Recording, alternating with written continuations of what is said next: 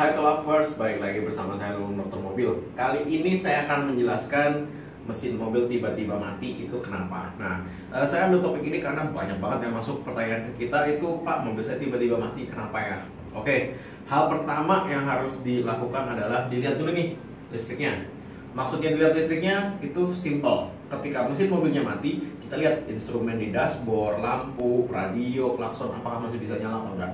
Kalau nggak nyala, berarti sekring utama atau main sekringnya itu putus. Jadi nggak ada jalur dari aki atau alternator ke dalam sistem mobil. Ya, itu satu. Yang kedua, bisa jadi alternatornya yang nggak ngisi atau alternatornya yang udah rusak sehingga tidak menghasilkan listrik yang cukup ke si aki, sehingga akinya yang tekor lama-lama ketika jalan.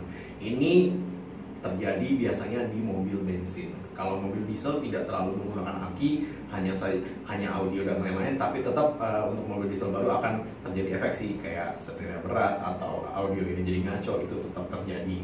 Nah, yang ketiga adalah akinya sendiri juga. Nah, kenapa kok akinya ini juga? Karena saya banyak dapat customer, terutama mobil-mobil Avanza ya, tiba-tiba mobilnya itu di jalan tol, lagi jalan bisa tiba-tiba mati sendiri semua sampai harus di towing, nggak mau di starter, nggak mau diapa-apain.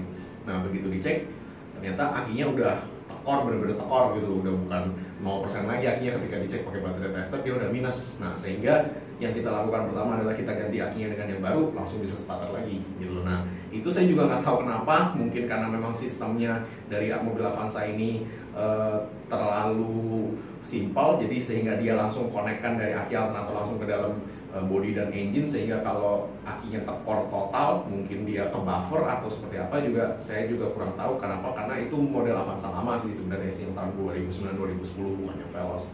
Nah, itu memang dia bisa mati total. Nah, setelah dari sekring, aki dan alternator, yang terakhir adalah ECU. Ini juga lucu nih.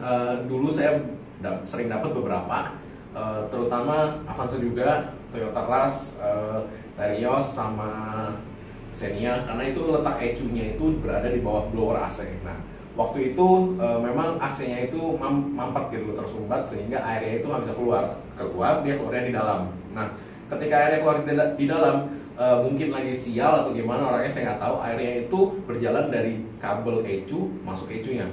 Akhirnya ECU-nya konslet sampai mesinnya mati sendiri, nggak bisa dihidupkan. Mau nyala, semua instrumen nyala, mau di starter, tapi mesinnya nggak mau nyala. Nah, kalau seperti itu, untung-untung hari itu kita bisa bersihkan, kita bisa perbaiki semua kerusakannya dan memang nyala lagi. Oke, itu tips saya yang pertama.